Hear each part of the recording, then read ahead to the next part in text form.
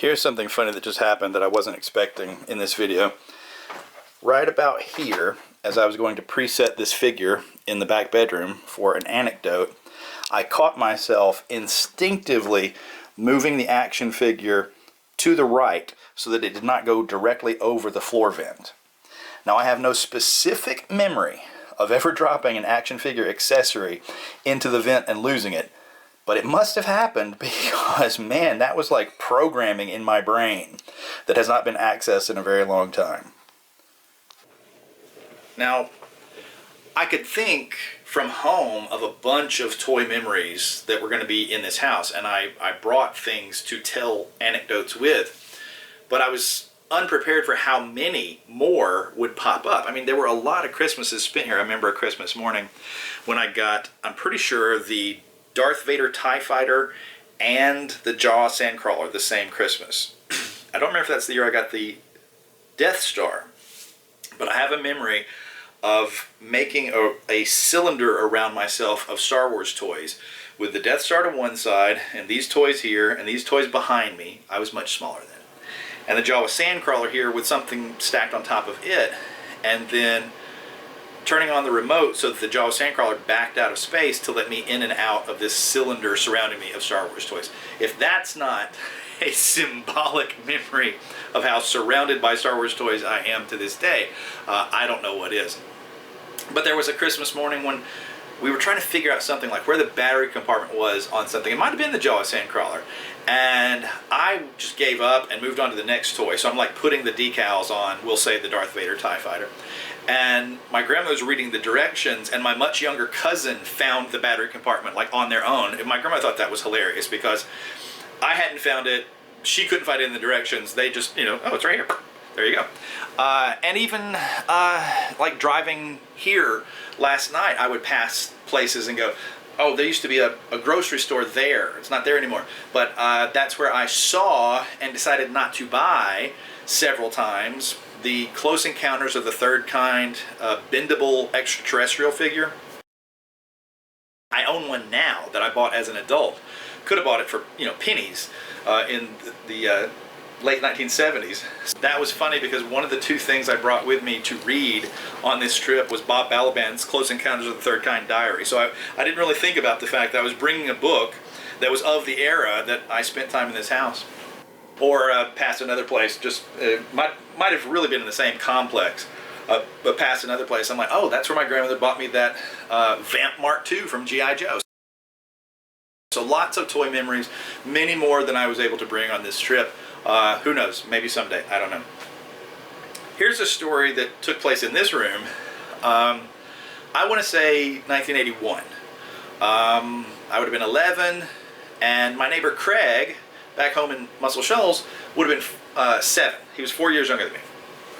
So the 2 weeks that I spent here with my grandparents that summer, he'd been coming over to my house, knocking on the door, asking for me. And my mom's like, no, he's still at his grandmother's house in Mississippi. He's still at his grandmother's house in Mississippi.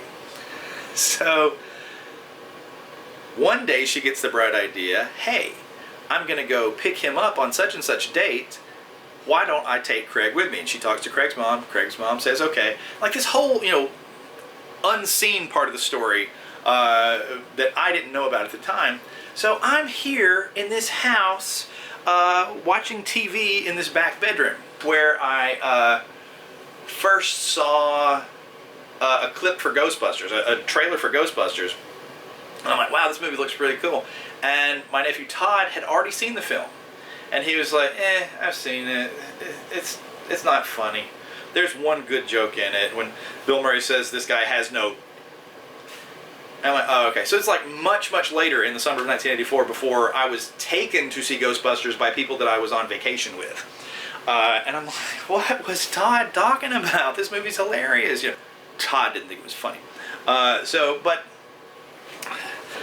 there was a time that Todd was threatening to pour a glass of Coke on my head, and I didn't think he was going to do it, and he actually did it right here, and I chased him all around the house. So anyway, back to the Craig story. I'm in this room, sitting here, watching TV, and Craig walks around the corner out of the normal context for him. And the first thing that my brain blurted out was, "What are you doing here?" Which I think is a very natural thing to say when you are surprised. Apparently Billy Joel thinks that's a very natural thing to say when you see someone out of context. You know, "Man, what are you doing here?" My mom thought that this was an insult to Craig and that it hurt Craig's feelings, and I got this long lecture, etc. about it. But anyway, when I was past my initial shock and surprise of seeing Craig in a different state than I'd ever seen him in before, different city, different state, different house, you know, it was business as usual. So what I showed him was a recent acquisition at the time, was the brand new Imperial TIE Fighter pilot figure that had just come out. So I really like this figure. I've always admired the TIE Fighter pilot costume. I remember being at the Smithsonian in '98 and just staring at the real movie costume through the glass. I mean, there's anything you can imagine Star Wars is in that room. And I just kept going back to that TIE Fighter pilot. Yeah, I got Chewie. So I don't know why. I don't know what the allure is. I don't like the way that his hand can barely hold the gun. You have to put it in and then wedge the grip into his hand, and it won't go perfectly straight in the line of the arm. It wants to naturally go inward, and you have to push it to an outward to even get it to look right.